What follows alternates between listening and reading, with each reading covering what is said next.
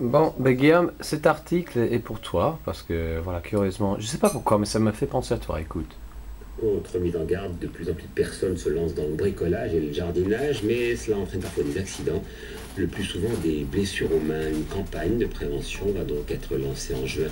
Le reportage d'Arnaud Lapère et Karine Bourdet.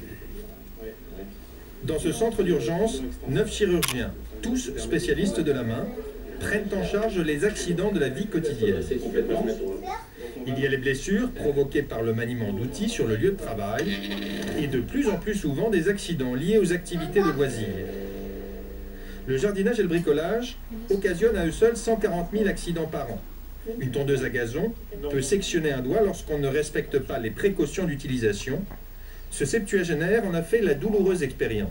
Mon fils a relâché la position de la lame.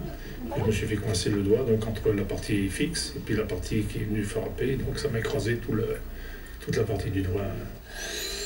Et voilà, Les ton outils de ami. bricolage ou de jardinage, motorisés et tranchants comme cette scie circulaire, sont bien sûr à l'origine des blessures de la main les plus graves. Mais un simple tournevis utilisé à tort pour ouvrir une boîte, ou encore avec une vis inadaptée, peut glisser et provoquer l'irréparable.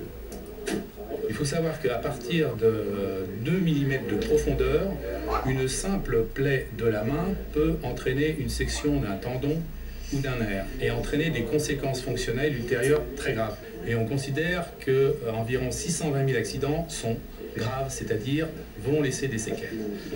La plupart de ces blessures pourraient être évitées à condition d'employer le bon outil pour une tâche dédiée, de respecter les notices d'emploi, enfin d'utiliser le matériel de sécurité indispensable pour limiter les risques d'accident.